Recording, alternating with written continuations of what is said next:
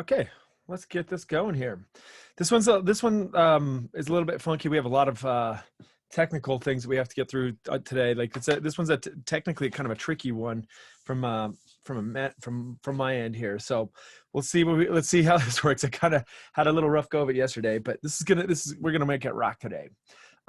So a couple things. So what we're going through, what we're going to work on today, like as I mentioned, like I think at the beginning of this week, is that we're going to start talking about this section on spaciousness.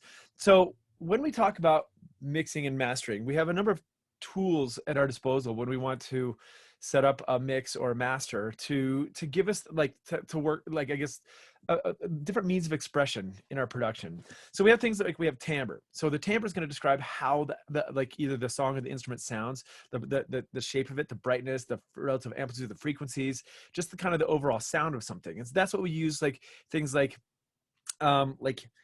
I don't know, things like EQ and even things like delay and that kind of stuff.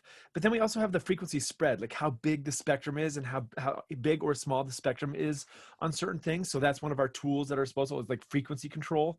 And then we have, of course, amplitude control, and that can be things like getting louder and getting quieter. And then we use things like compressors and limiters to tweak and adjust that so that it fits the situation. And then we also have but then we want to talk about like how to create this sense of space. And last week we talked about reverb. We want to give something, if we want to give something depth, if we want to make it feel like it's farther away, because we're trying to create this effect using just two speakers, but we want to make it sound big. Not always, but oftentimes we're trying to shoot for like a big sound, or at least want to have control over the sense of space. So if we want something to be a very wide or very deep, those are some of the things that we're going to look at. So last class we looked at how to make something kind of deep, and we can use reverb as one of our tools for that. And to do that, what we would do is create basically we can reduce the volume and increase the reverb send amount, and it's going to give it the sense of like far awayness. So, and even though we're only using two speakers, it gives us the impression that it's far away. And then we also have this idea of width. And so that's what we want to talk about today, is focus on the width, how wide we make stuff and how we give this impression of where things are. And so out of the gates, we have things like that we can work with, just like pan.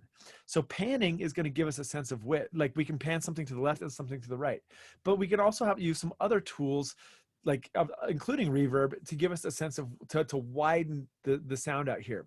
So what we want to look at today is some of the tools and techniques, and also how to deconstruct other people's work to do this. And specifically, this is the section on in your analyses, the L comma R, L plus R, and L minus R. So this is an important one. So I want to go through the tools and the process on how to both analyze and how to utilize some of these tools in this kind of stereo width field.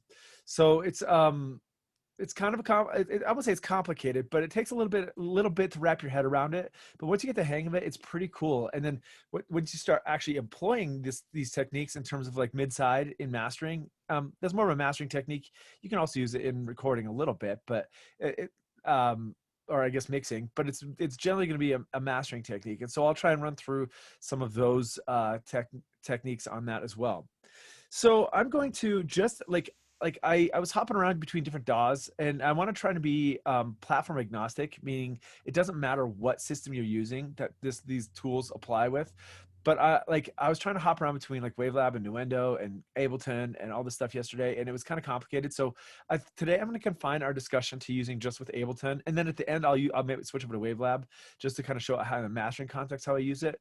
But it's important to note that we're using. I'm trying to make our tools agnostic. What we care about is the techniques. So any of the stuff that we're doing today can be done on any system, be it Pro Tools, be it Logic, be it Ableton, be it Cubase, be it whatever you want to use.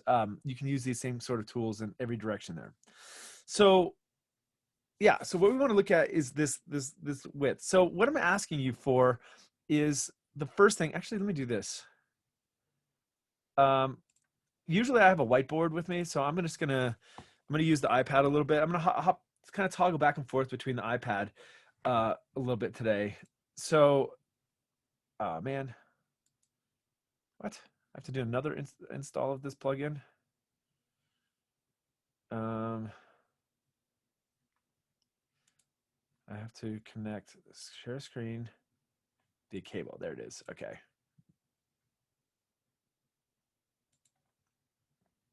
Cool. All right. So essentially what we're going to have is three things here. We're going to have the L, the R, L plus R, and L minus R. These two right here mean soloed left or right.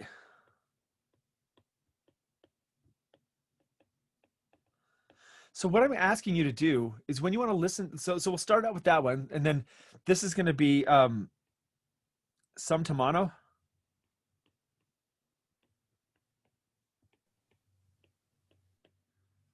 Which we call the mid. And this is going to be basically, well, we'll spend some time on this one right here, but it's going to be phase flipped, one channel, then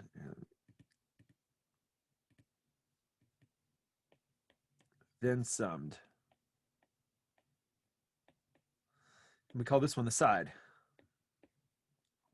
So what I'm going to do is I'm going to focus on the first two just to give you like an overview on how we can pull this off. So soloed left and right, then the other one's going to be sum to mono, and the other one's going to be phase flipped, one channel, then summed. Sorry for the crappy handwriting. I know that's just kind of the way it is. So the challenge here, so I'm going to go ahead and stop the share for a second on this one, and I'm going to go back to my screen share and go kind of through this. Let's share this. Let's get rid of this.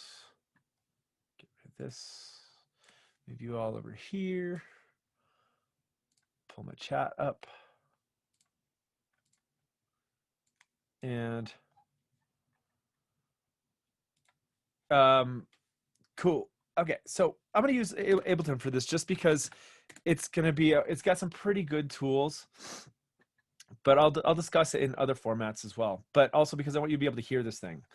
So we found some weird Zoom quirks yesterday. So what we're going to have to do for today is we're going to have to use the listen to stuff. Is that in VST3? I don't know if it is.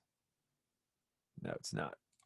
So I want to use the listen to thing, and we're going to have to, we're going to do the audio through listen to today.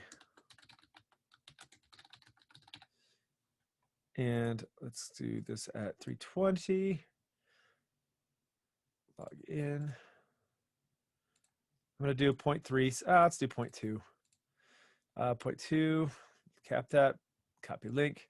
Okay. So I'm going to post this in the chat, and I want you to connect to it, please. So this is how you're going to do the audio listening for today. And I believe I don't have share computer sound. Okay, good. I don't have that on right now.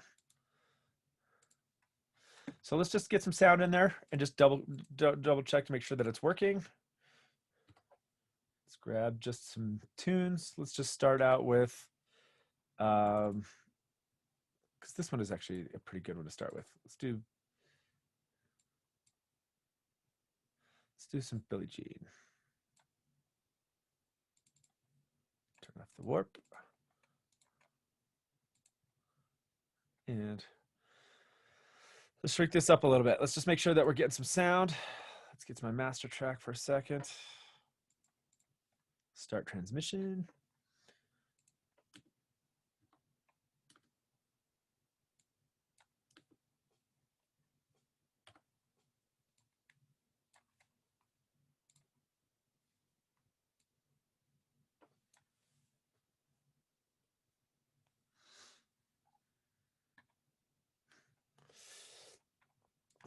All right.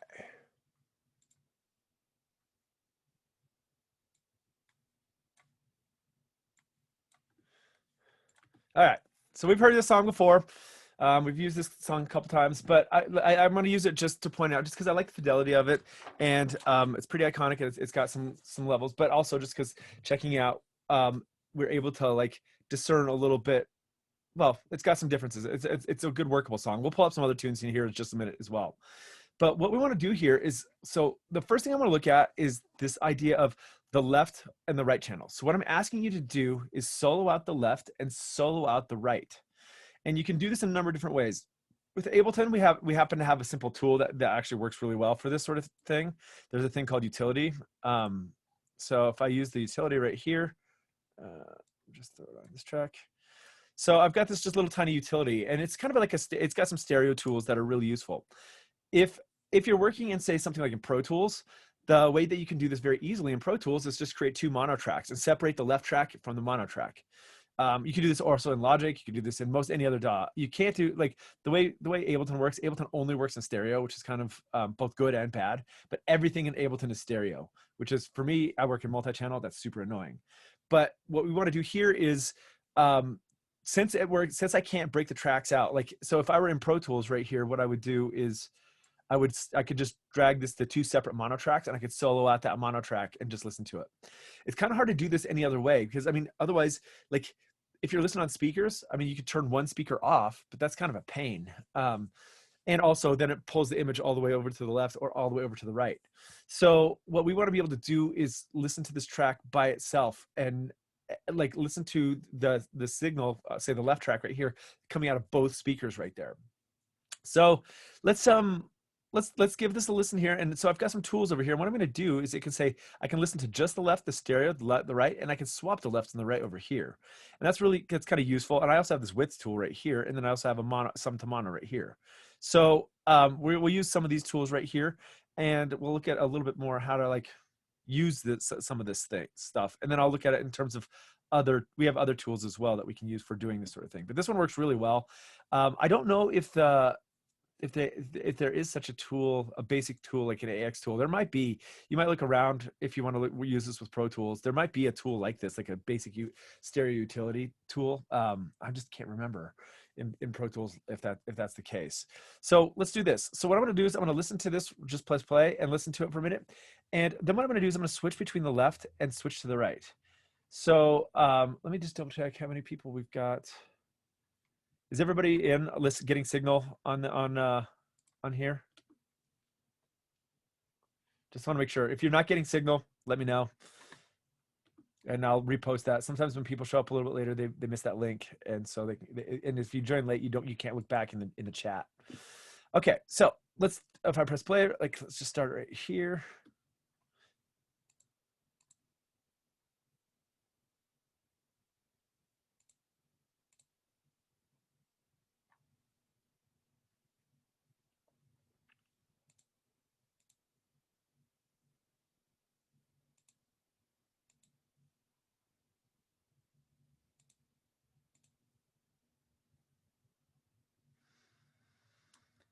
Okay, yeah. It's okay. No, it's supposed to be coming out of both ears. So, Ian, so sorry. I'll turn up my voice a little bit, or I'll just turn down the send a little bit. Let me go to my master track. So let's go here. Open this up a touch. I'll just do it here. It's a little easier control. Let's do it here. All right.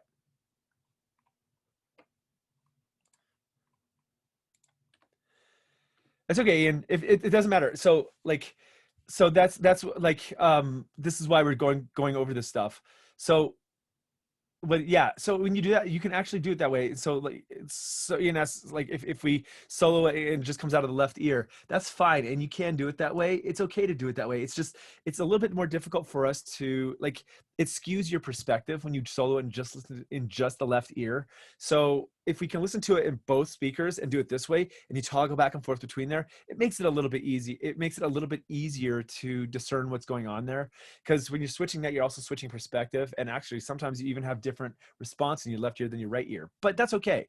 I think, like the way you're doing it is not necessarily wrong. It's just, I think this way is a little more gives you a little more insight in doing it this way, because it's like an apples to apples comparison, because that's what we're doing. We're trying to A/B something. We're trying to keep all things constant, and we're just trying to like listen to this with all things other concepts, so that basically we can focus on just the differences. So what we're doing here, if you remember like those kind of games where you play where you like look at the differences between like the two pictures, you know, you're like, what's missing in this one? You're like, oh, the certain person has 13 stripes on their shirt on this one, and they have 12 stripes on the shirt in this one, or there's bird missing in this picture and in this one. Well, we're doing the same thing now, but with audio. And so what we want to be able to do is say, what's the difference between the two of these? So this track right in particular, so somebody said, I think right there, that there's the shaker thing. Like, so let's listen to that again. So Faith, yeah, you nailed it right there. So let's listen to this. I'm going to swap back and forth between there, and you can hear the difference like between the left and the right. So it's not quite a shaker, but like, so is anybody see if we can listen to this very closely and see if we can find out what this is. So listen very closely and listen for the differences. This track has like a subtle difference. Is why we're using this one right now. We'll pause some other tracks and see what else the differences are. So let's listen to this. Let me turn it up a little bit.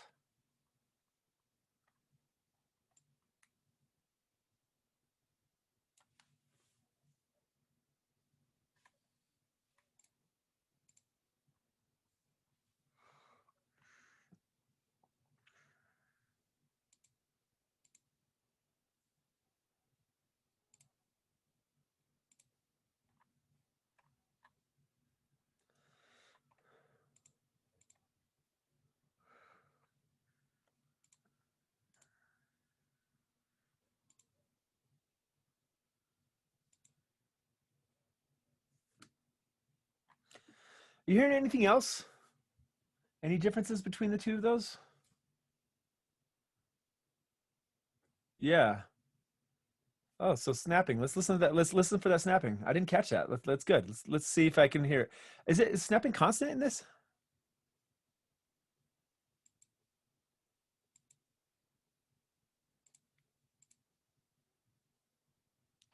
Interesting. Okay, well, that's something to investigate for sure. So what we're really looking for here is just like, and then if I go back to stereo, we can hear this thing get really wide.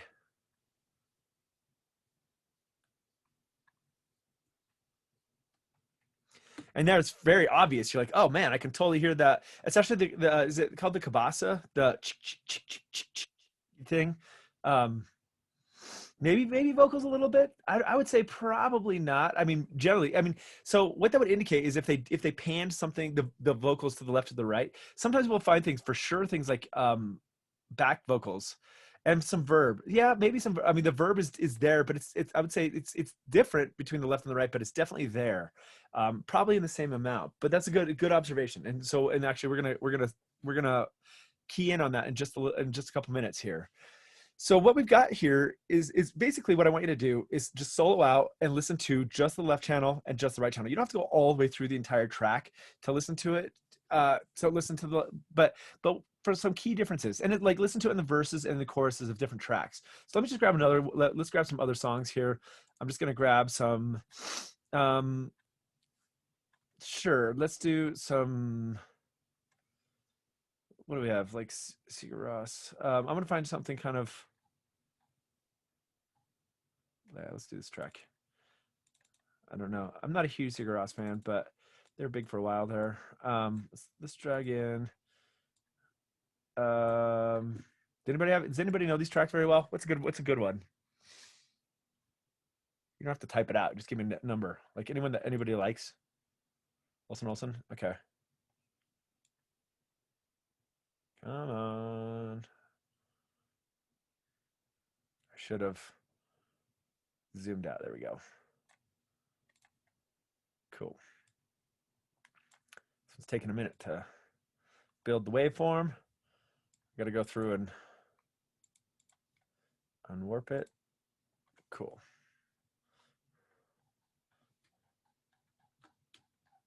All right, let's jump in here and let's do the same thing here.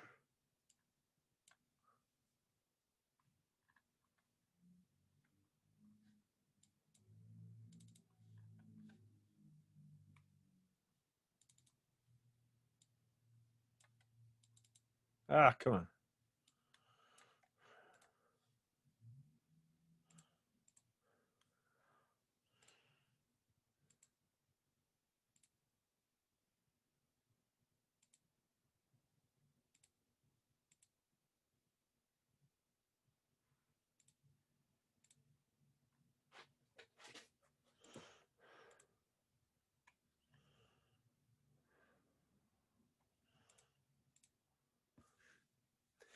So it's pretty interesting there. So you can hear, like, it's a pretty wide sounding thing, but you may not notice how wide the track actually sounds. And then as soon as we go into, um, as soon as we go into the left and the right, you hear the image just completely collapse.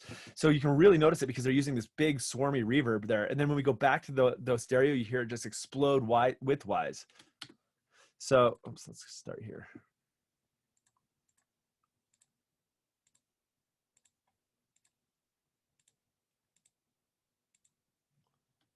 But I'm not really able to hear too much difference. You can obviously hear that when I go to stereo, there it gets really wide. So there is a difference, but that's probably going to be in the reverb, and we can't discern necessarily between the left and the right there. So this one, in terms of arrangement, in terms of panning, there's not a lot of difference between the two of those, and that's fine. That's great. So let's move forward. Let's move on, and let's grab another track. Let's just do something. I'm trying to find something that would have some serious panning on it right there. Let's go back to Tipper, and I forgot I wanted to do Lattice, and let's do Lattice. That one's a fun one.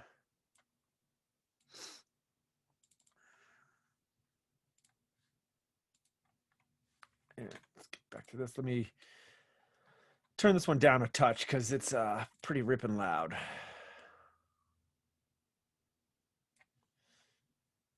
And let's go here. Let's just pull it in.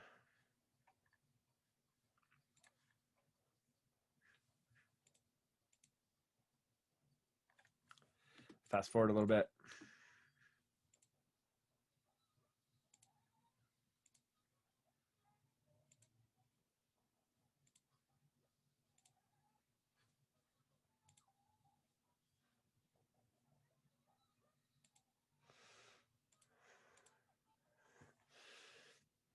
So again, well, we can hear that there's a difference, but it's hard to identify. We can hear there's a lot of things that are in stereo, and when I go to stereo, it gets much wider. But when I'm in the left, you can't hear necessarily the arrangement difference. But some tracks you'll be able to find, like, well, they'll sit there, they'll like, okay, I want to put acoustic guitar on the left and an electric guitar on the right, or they'll do something like background vocals on the left. Like, oh yeah, interesting. I don't think I have any Simon & Garfunkel on me right there. Yeah. So what you'll be able to do is when you, like, so it sounds like you actually did this. And so basically when you solo it out, you'll be like, oh man, it sounds really strange when you do it by itself. And especially when we just did the 60s stuff, the 60s stuff in particular, because they had such weird panning, like, not rules, but ideas at the time, that we were able to, that basically they were able to, like, oh, I guess this becomes really obvious when you solo out the left and we solo out the right. You're like, wow, that's a really weird way to do that.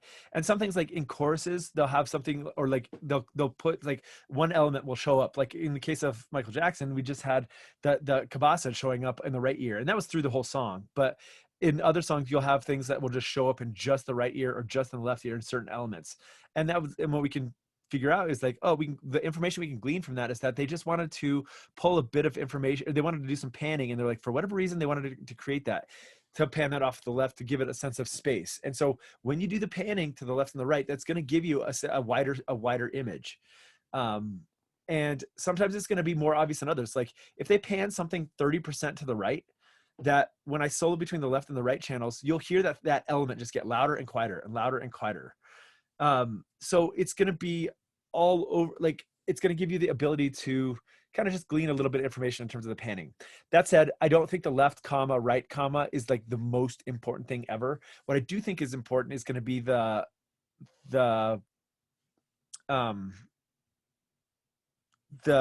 next two subjects that we're looking at. Sorry, I was thinking about how, like, I'm hoping that the computer that I'm recording this right now, I'm hoping that it's actually recording the audio from my DAW right here. It might not be actually recording, which is kind of sucky for the recording, but way it goes. Okay, so for the next thing I'm going to take a look at here is going to be, if we go to Canvas for a second.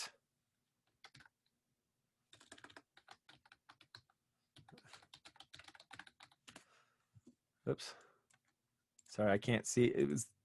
That was behind my toolbar. And if we look at under here, under the modules, we have a tool. If you scroll all the way down here, we see this thing's called Vox and Go MSED midside. This is the tool that's really useful for us to use for today. There's other tools out there that would do this as well. You can do this with like iZotope, Ozone. You can do this like with Ozone. You can kind of do it with the utility that I was working with in Ableton, but this is the one I want you to take a look at. It's available for everybody. It says you're trying to launch an insecure website from Canvas. So if I just click on this right here to launch that site on a new page, and this takes us here. This is like the worst looking website ever, but I'll just go to Vox and Go. So Vox and Go makes plugins. And so they make kind of these, they've been around for a long time, obviously, because their sites look like really pretty lame. But their plugins are actually pretty awesome. So they've got these kind of tools right here. So you can buy these ones right here, but they also have some free ones. Let's see, where are they showing all the other ones? Oh, here, latest audio plugins. Oh, here. So they have like, this is the list of all their plugins down here: audio tracks, reverb, spatial equalizers, dynamics, mastering, streaming. What is streaming plugins? Interesting. So they have a bunch of these. Some of them are free, some of them are not. Let's see. But the one we want to look at right here is going to be, well, if we just look at free VST, AX, AU. These are all the free ones that they give out. Some of them are free. So they got some cool ones in there, tube amps and coralometer. Oh, that's interesting. Oh, ooh, that's actually really interesting. A multi-band coralometer. But the one we want to care right here is this mid-side stereo plugin. This is what we want to use right here. So it's available for AU and AX for Mac. So if you're on Pro Tools or Logic, this works really well right here. If you're working in something that use VSTs like Ableton or any Cubase, like Cubase or Nuendo, this is what you'd use right here on Mac. And then if you're on Windows, it gives you VST and AX. So if you're on Pro Tools or anything actually for Windows, you can use this right here. So I already have it downloaded, installed. I just installed it yesterday, but so download VST 3 for Mac and I installed it. So actually, I'll just go ahead and download it so you can see how the installation goes. Save.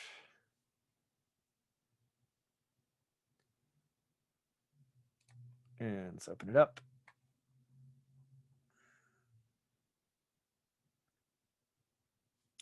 So the way you install this thing, at least this is for Mac, for PC, I think it actually has an installer for it. So what you want to do is here, so this is the VST that goes in this folder. This VST3 goes in this folder. So just double click on it. Come on. And just drag that into there. I already dragged it in there because it's right here. So I'm not going to do that again. And do the same thing on the VST3s. So I just dragged this one into here and you should be good to go. But I don't want to restart Ableton, so I'm not going to do that right now. I guess I could just rescan it. So I have this in my Ableton available to me right now. So let's apply this thing as a plugin. So I'm going to go back to stereo right here. And what I'm going to do is, where's my plugins? Let's do it as VST3, Vox and Go, MSED, and drag that in right here. So this is the plugin. I'm going to close this out so we don't see it. Keep things a little cleaner. And this is going to give us some interesting tools. So what we're going to be doing here, the MSED stands for mid-side. I don't know what the ED exactly stands for, but we've probably, if you recall, we've done some mid-side before. And if you've ever done any mid-side recording, this is kind of the same idea. So I'm going to stop this. I want to share, actually I want to share a different, I'm going to change the share settings without closing. Let's do, sorry, I'm trying to see if I can switch without new share. Oh, cool, I can do that. So let's do new share here, share. Let's switch. Cool. So what I'm going to do is hide this and create a new page. And if you recall how we do mid-side stuff, like if we want to do mid-side recording, what we're going to start out with is a cardioid microphone right here pointing in this direction. And then I'm going to take, actually change the color. Let's change the color a little bit just to be red so I can see it. Come on. Do I have to, whatever. Oh, can I just choose it here? There we go. Let's choose it pink. And I'm going to take a figure 8 microphone and go in this direction right here. So the figure 8 microphone is sideways and the cardioid is facing forward. And in this case, it's going to be a plus and a minus. That's how these microphones work. And so what I'm going to do, I'm gonna screw it up if I draw this out, but basically we can use this if I use more of the let's do blue.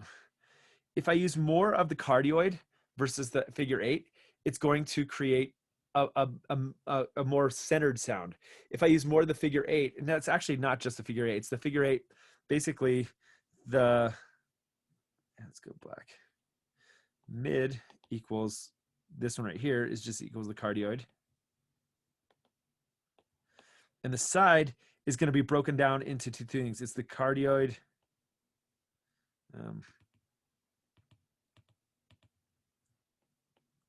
Card plus fig 8 plus, that means the polarity is going to be like the left. We'll call that the left. The right is going to be cardioid plus figure 8. Figure 8, go away. Figure 8 minus. So what we do is basically we sum the cardioid plus the figure 8, and the other one's the cardioid minus the figure 8, and that's what's going to give us the left and the right. And so we can bring that up. And so it's actually, so you actually have, when you're working with mid side, you have 3 channels, which makes sense. So we're going to have the mono, which is the mid, and then we're going to have the left and the right, which is a stereo channel. And so basically it gives us the ability to control how narrow or how wide we want the image. If you've never done any mid-side recording before, you should definitely give it a shot. Of course, you have to have a figure 8 microphone for this to work, but it's really a neat technique. And so where I really found that it works really well, it's like on acoustic guitar. So I have my own acoustic guitar technique that I like to do. Like I like to do 12th fret small diaphragm, and then I do another acoustic or another small diaphragm over the shoulder to give kind of a stereo width sort of feel. But I really like the feel of a mid-side on an acoustic guitar. So because it gives us a really interesting quality of sound, and we can control how narrow or how wide we want the sound. So if I want it to sound really wide, you can bring up, and this also works for something like you can do like a room mic with it. We've done this with room mics on drums before, and it works pretty good. I mean, we were experimenting with it, and it was actually pretty neat. But we can basically control, if you want the image to be very wide, you use a lot of the side, which is the left and the right. And if you want to narrow the image up, you use the mid. And the cool thing is everything is phase coherent because they're right on top of each other. You have a figure 8 microphone right underneath, usually facing left and right, and then you have the cardioid facing this direction right there. And it's a very effective and very cool way of doing it. So what we want to do is we want to use the same effect right here. We want to use something similar in our DAW. So how are we going to pull this off? So let's switch over here, and let's take a look at how this thing works right here.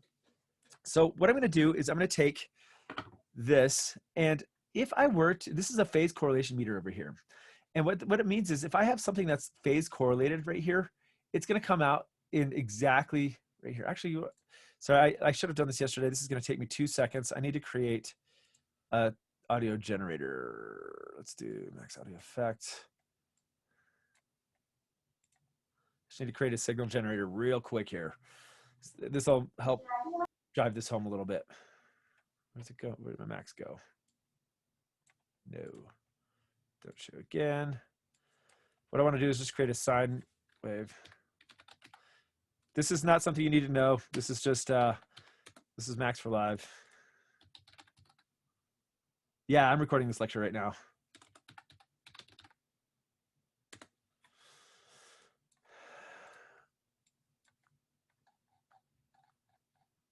All I'm trying to do is create a signal generator. You don't need to know this stuff. Let's see, let's get rid of this. Let's do horizontal.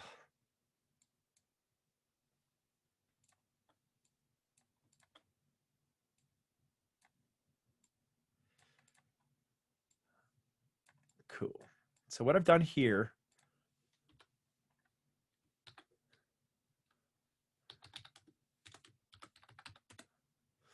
create a 440 signal generator. Shows up here. I'll throw this in front of the utility, and let's just make sure that this thing is working. I'm only getting out of left. Oh, my bad.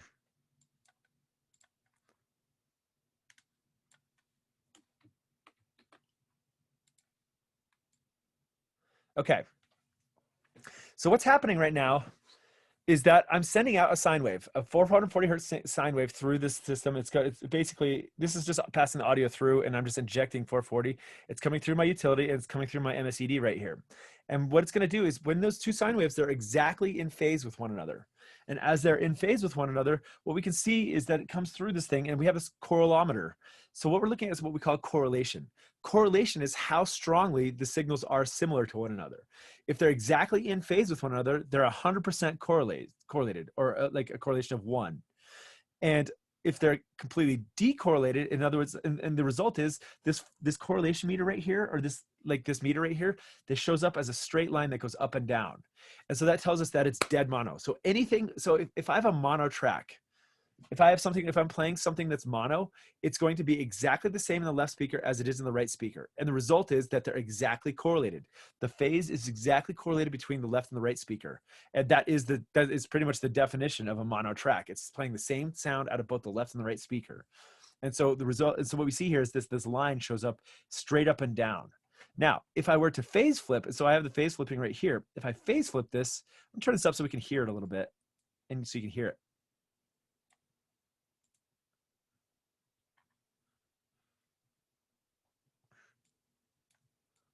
Now, in this case, what we did is I phase flipped the left channel. So they're exactly out of phase from the left channel to the right channel. And the result is if I sum those together electronically, they cancel each other out. But acoustically, if I'm playing a different one in the left speaker than in the right speaker than the left speaker, it still works, but it has a different quality sound. It sounds weird, right? It sounds kind of different. Just has a different quality of sound.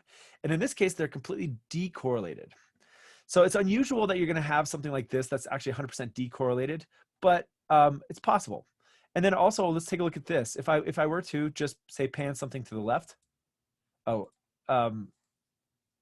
let's listen to. So they cancel each other out acoustically. Well, only at certain places. If you recall, so is asking if they cancel each other out. They cancel each other out in constructive and destructive interference. If you're playing them in speakers, if you move around the room, they're going to be in different places that they're constructively and destructively interfering. If you're wearing headphones, they don't cancel each other out because one's in one ear, one's in the other ear, and so they don't cancel each other out. But it does have a different weird quality of sound to it because the phase is different between your left ear and your right ear. And your brain does sort of sum them together, but it doesn't. It's kind of weird sounding. So what I'm going to do is if I were to just, I'd say let's go back to stereo. And what I want to do is I want to mute the left channel or mute the right channel. So when I do that, and I pull up my MSED, if I pan something to the left, it's going to show up over here. And exactly if I pan something to the right over there. So what we see here is this shows us our correlation. This is in phase, out of phase, left panned and right panned right there. So this is going to give us a good sense of how wide something is. So I'm going to turn this down and off because we don't need that right now. And let's play some Sigur Rós right here, and let's watch what happens with the meter right here.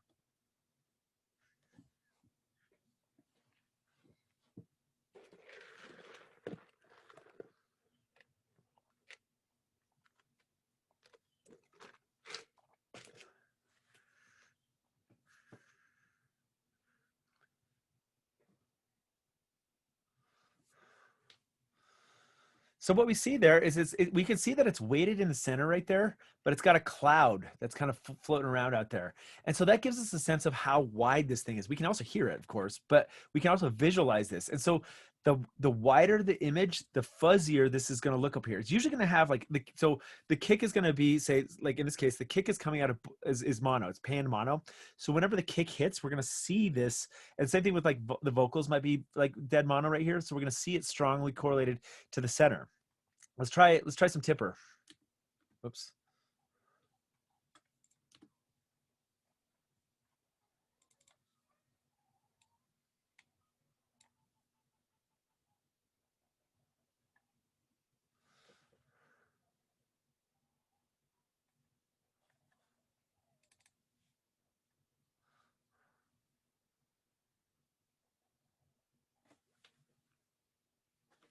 So you can see that kick is hitting right in the center right there, and it gets like that super center line. So you're like mono, but then we hear the synths, and the synths actually give it a kind of a cool look right there. And we can see that when things pull to the right, we see the stuff pan to the right over here.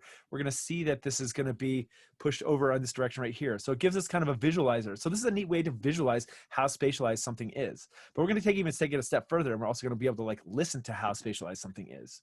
So let's try it. Once again, I want to play. I'll just let it do its thing again and listen to it. But you see that you actually get some defined, like actually you'll get some cool like circles and figure eights and patterns. And what those are is from the synthesizers. The way that synths work a lot of times is they're using these. The way you spatialize and widen stereo synths is that you're using some phase differences and to create some of these. Well, it's called Lisa. This is kind of like a Lissajous, and it allows us to like see the patterns that come out of synthesizers. And so this is actually a really neat tool to throw on if you have a synth to play it on. Actually, well, we could do that. Well, I'll do it later. We could actually play it and watch this thing.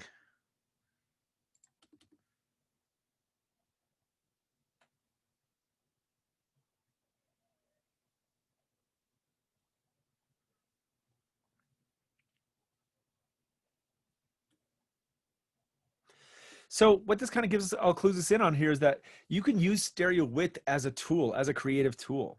And this is kind of interesting. So I can't remember, like I did this a while back. I think it was one of the Beck songs. Actually, let's pull in some Beck. And I can't remember which one it was. I used Odelay yesterday, and I used Guerrero yesterday, but it wasn't that one. I can't remember which Beck tune it was. Let me see if I can find it. But it was really interesting to see how maybe it was Odelay. I don't know. Let's see. Let's try Devil's Haircut. Let's turn the warp off. Cool. Let's bring this in. And it was that one. Okay. So this is actually an interesting use of stereo field. So what Beck does in this song is he goes completely mono for the verses and then goes completely wide for the choruses. It's kind of an interesting effect.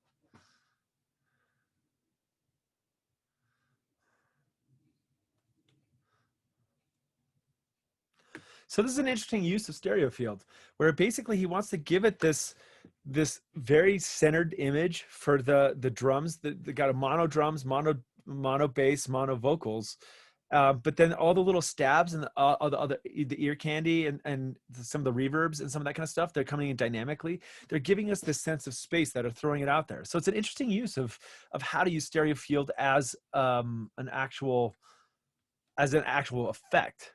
So let's go back and let's do some MJ. Let's listen to this one a little bit. Bring it down because that's kind of loud.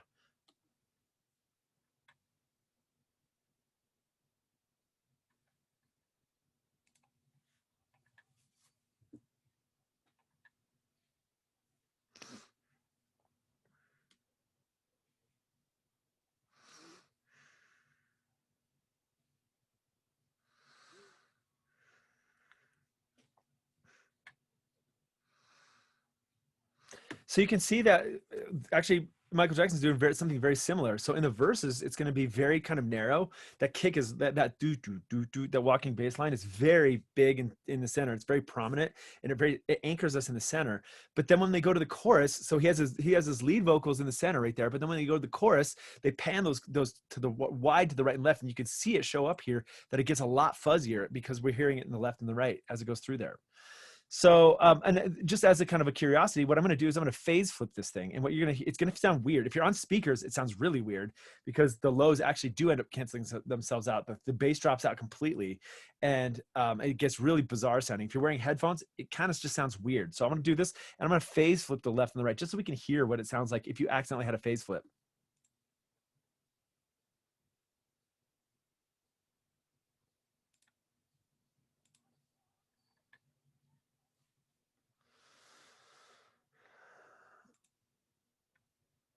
Weird, huh? So if you've got that kind of weird sounding thing, you can use phase flipping as a tool, but generally it's a bad idea. And also, like once you learn to hear, if you're on speakers right now, if you learn to hear what the phase flipping sounds like on a speaker, you can definitely identify it. Like you go to somebody's house or a party or something like that, and you'll find that that they actually have their speakers phase flipped or something like that. Johannes, what do you got? Okay. So I have a question about that noise cancellation. When you phase flip them, and it's obviously probably going to be in stereo. If you put it in mono, is it just going to be no noise whatsoever? Exactly. So, Okay, thank you. yep. So let's try it. So Well, it's not. Okay, so you're right. So actually, I'm sorry. It's not going to go to nothing. So that's actually what the L minus R is. So so that's the good question though. So let's get to that because I want to talk about that for a little bit here. So let's get to the controls, the other things that I want to hear. So what I want to do right now is, so that's kind of like just a little bit on the phase, on phase correlation stuff. Now let's actually put this to work, and well, also for our analyses, let's talk about what I'm asking for.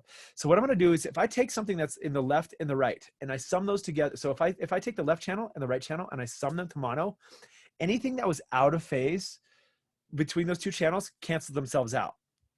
So that's basically L plus. So to be clear, L plus R is the mid. And so what I'm going to do is so what I'm doing is I just take the left and I'm summing to mono. So I can do it right here, but I'm going to use this tool up here to do this up here. So when I sum to mono, well, just so you can hear it.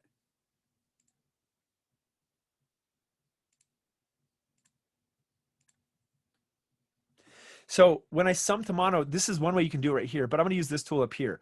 So they use it instead of soloing, they're going to use mute. So what I'm going to do is I'm going to mute the sides. So the sides are anything that's out of phase. And so what we're going to do is I'm going to take the mid right here is when I sum the two of those, the left and the right channel together. So I'm going to do this right here.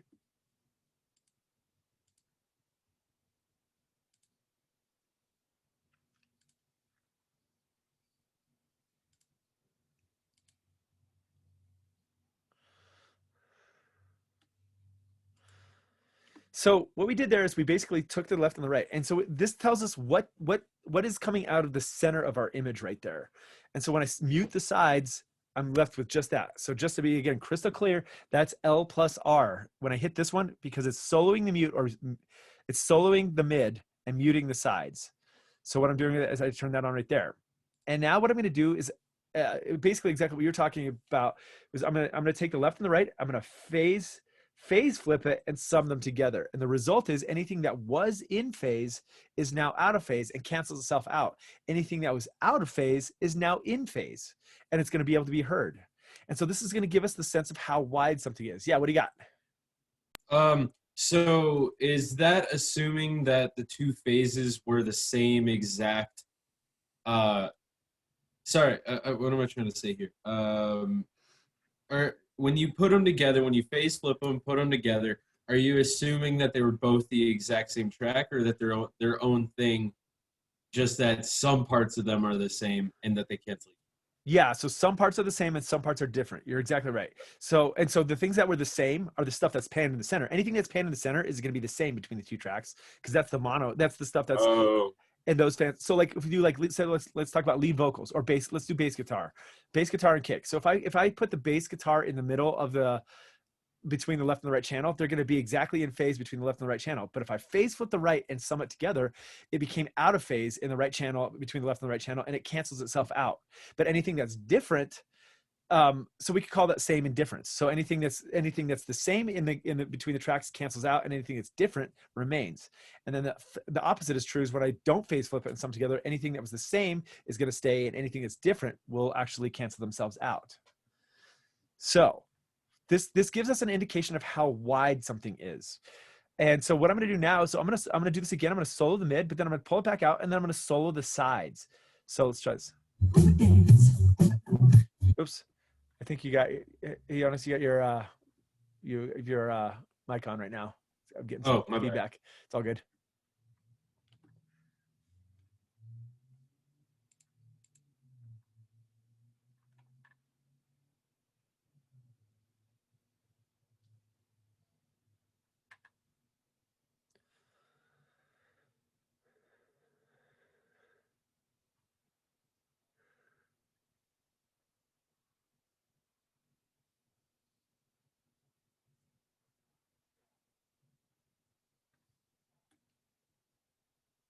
You heard that doo-doo, that floor tom there? That was pretty cool.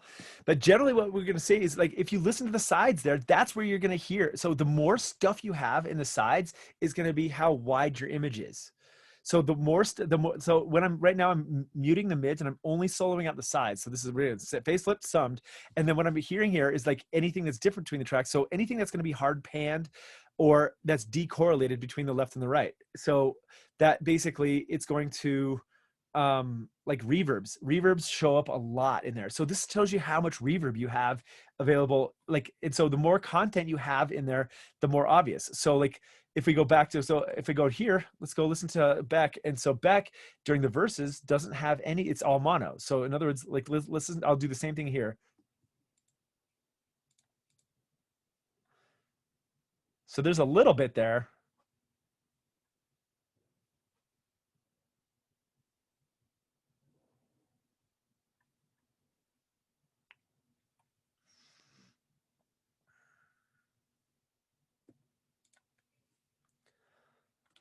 Let's do it with Sigur Rós.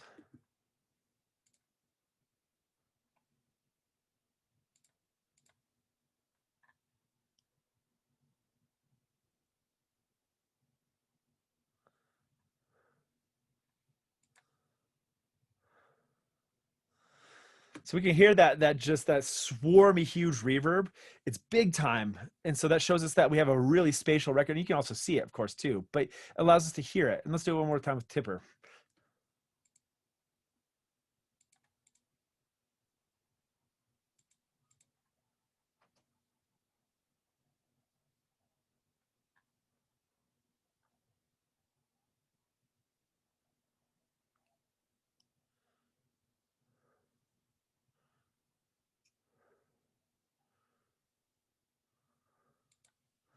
So when that kick hits, of course, that kick, I mean, we're hearing some little harmonics that are probably stretched out, and maybe it's because it's using a little reverb or something like that, that those are getting pulled out to the sides. But the meat of the kick is dead center, and so we're not getting at that. But we're hearing that there's a lot of content in the sides of with the Tipper stuff, and of course we can hear it too because it's flying around all over the place.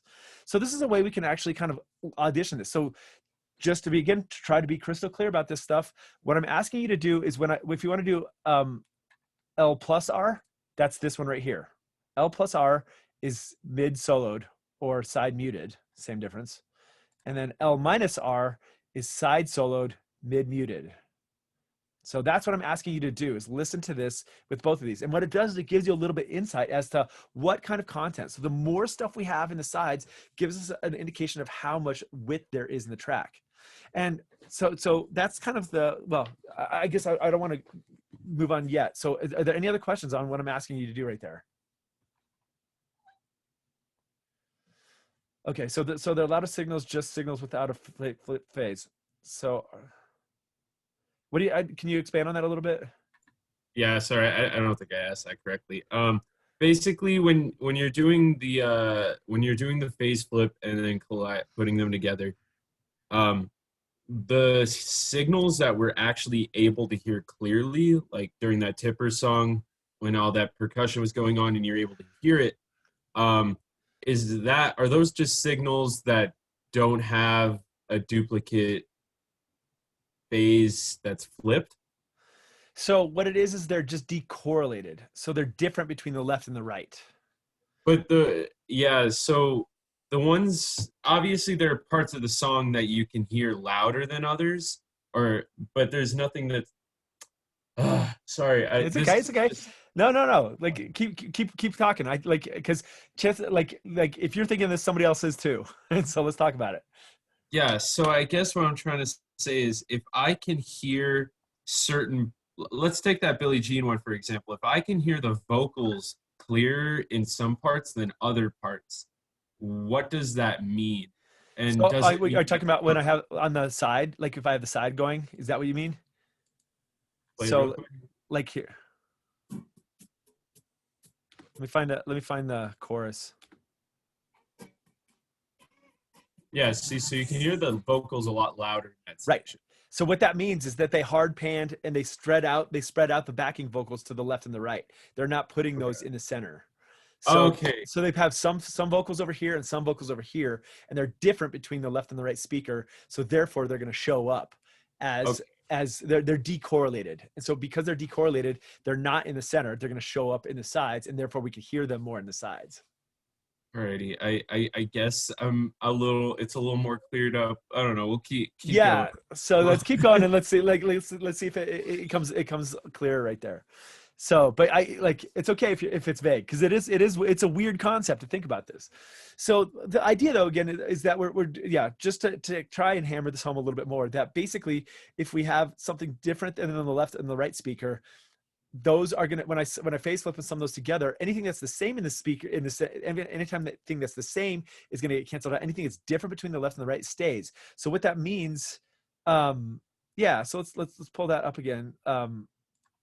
So that anything that stays is going to oops, I gotta turn on my iPad again. So let me close this.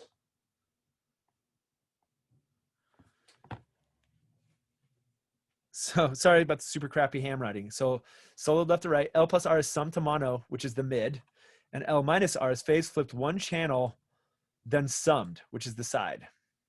So this indicates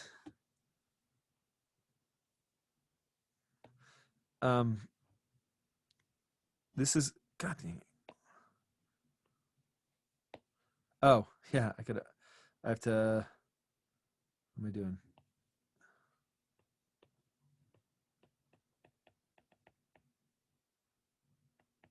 So this is all correlated. This is decorrelated.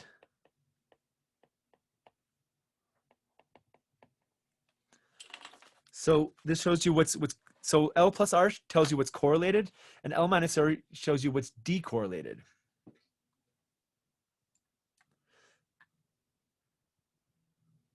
So yeah, so this is what we should be doing with the flip and sum. So yes, so you can do that. So I'm gonna like if I go back to my screen here for just a minute. No, let's go desktop one, share. So if we're in here, that we can see that correlation. So this is correlated and this is decorrelated. This gives us an indication of how strong. And so we can also see if this is floating down here. I'm gonna press play.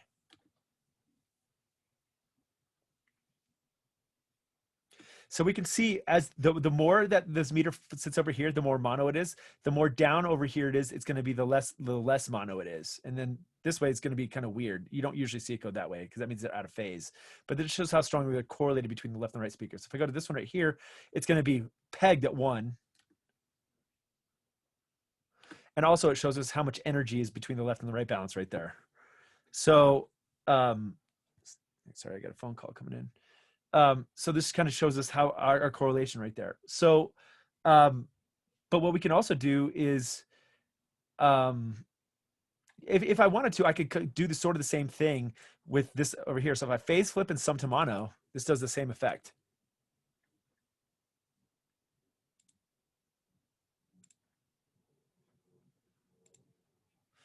So I can do the same thing with utility. So if I do mono, if I sum to mono right here and I do L plus R, so what it's doing is L plus R. And then in this case, I'm doing phase flipped and L minus R.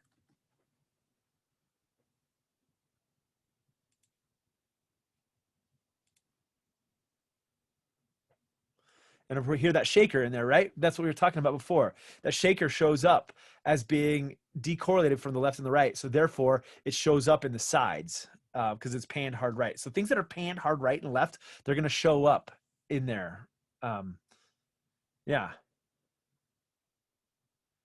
So what's the difference between flipping the left or right and just muting the mid?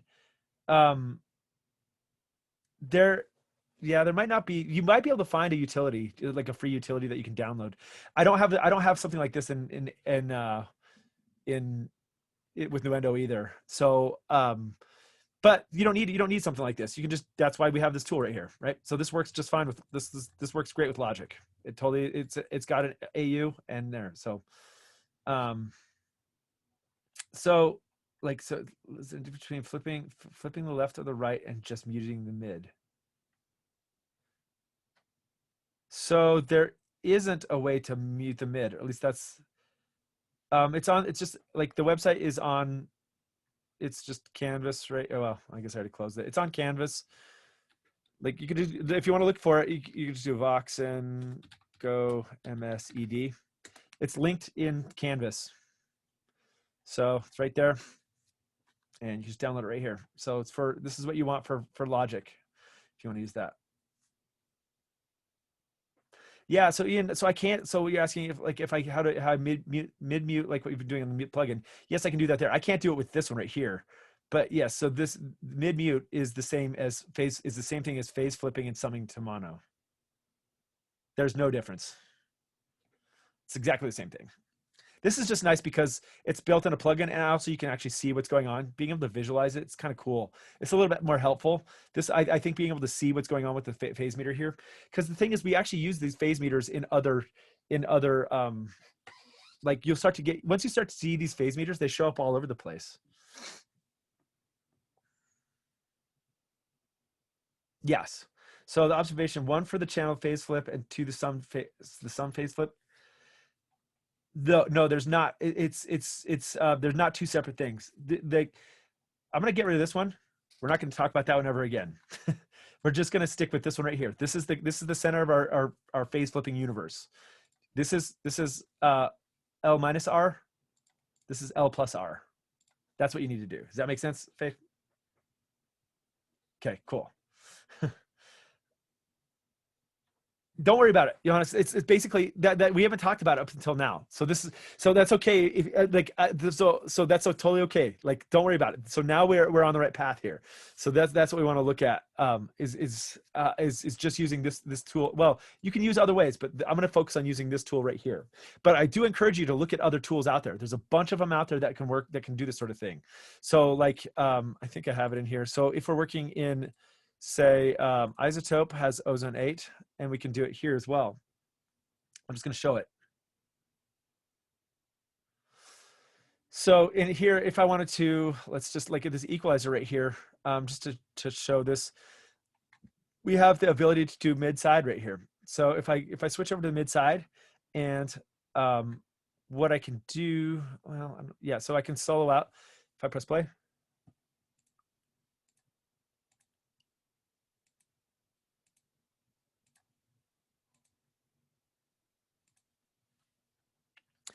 So this brings us to our next kind of slight discussion. You're going to talk a lot more about this in mastering, but it's one thing to be able to deconstruct somebody else's work and go, okay, I can see how they're doing it, what the left and what the right is. But the next thing is, how do I put this into practice? How do I use this in my actual workflow? And there's a couple ways. So one of the things you can do is you could throw this on your master track when you're mixing down, and you can just watch this meter right here and go, okay, this gives me an indication of how spatial, how wide this thing is. And depending on what you want to do, if you want to make your tracks really, really wide, then this is something that to kind of keep an eye on and think about. We can also actually process with this thing right here. So I can actually pan this thing, and I can also gain these things up and down. So if I want to give something, in this case, if I want to give something a narrower feel, and I can automate this thing, I'm going to turn the gain of the side down. So what's going to happen is as I play this thing, actually let's do it with the Sigur Rós one here. As I bring the side gain down, the image is going to get narrower.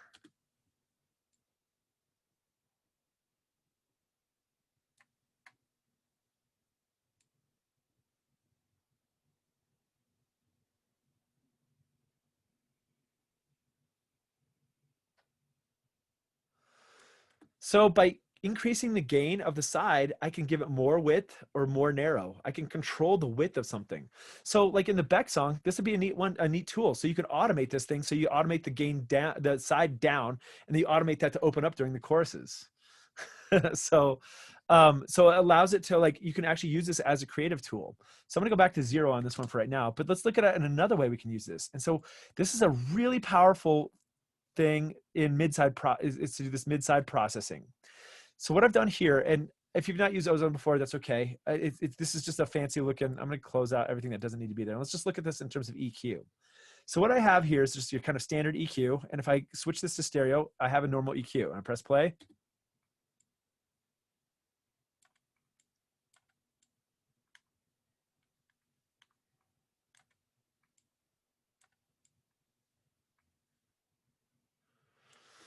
it sounds like it's kind of hard to hear, and it is because, well, if you look at this EQ in particular, this is a mastering EQ. So this goes only plus or minus, well, this goes -9 to +5.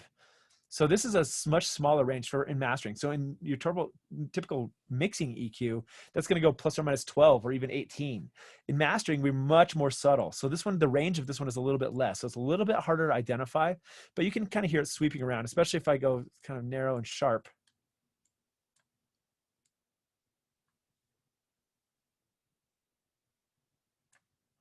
So this goes back to our technical ear training, that we're able to hear those frequencies pop out. Now, what I'm going to do is reset that one right here, and instead of what I'm going to do here is I'm going to go to mid side. And what this is going to do is now I'm going to be able to EQ the mid separately than the side. So this now gives us control. So I have the same control. So I have a mid and I have a side right here. And if I have it on the mid, I can solo. Let's go to the side. Let's actually work on the side for a second right here. So if I hit solo on the side,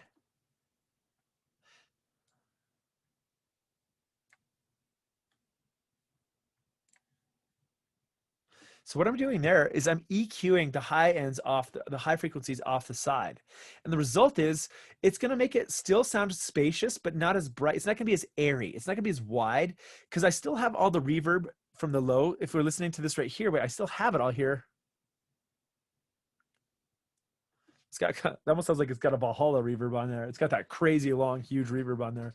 But what I can also do, if I want to give something more air, if I want to give something more apparent width without actually adding too much signal to the thing, I can just boost the high frequencies on the side a little bit, and that's going to give it even more air and widen this thing up. This track doesn't need it. It's already pretty stinking wide, so I wouldn't need this. But if I'm working, say, with I use this technique, say, on a singer-songwriter with an acoustic guitar and a singer-songwriter, and they have a little bit of reverb that they sent it to me with, but I'm like, man, it just doesn't feel like it's wide enough. What I can do is I can take the side and I can boost the high frequencies on the side to give it a little bit more stereo width without really giving it much more, without adding reverb. All I'm doing is just adding a little more air in the sides, and that's a way we can do that. Or if I feel like something is too reverberant, what I can do is I can roll off the high frequencies on the reverb on just the sides, and it will give it a warmer sound without actually without constraining the image too much. So this is, or the other way I can do this, if I want to target just the bass guitar, for instance. So if I listen to the mids, if I want to target just that bass guitar, I can cut, by doing this, I can cut down on the bass guitar at, say, around 200 Hertz.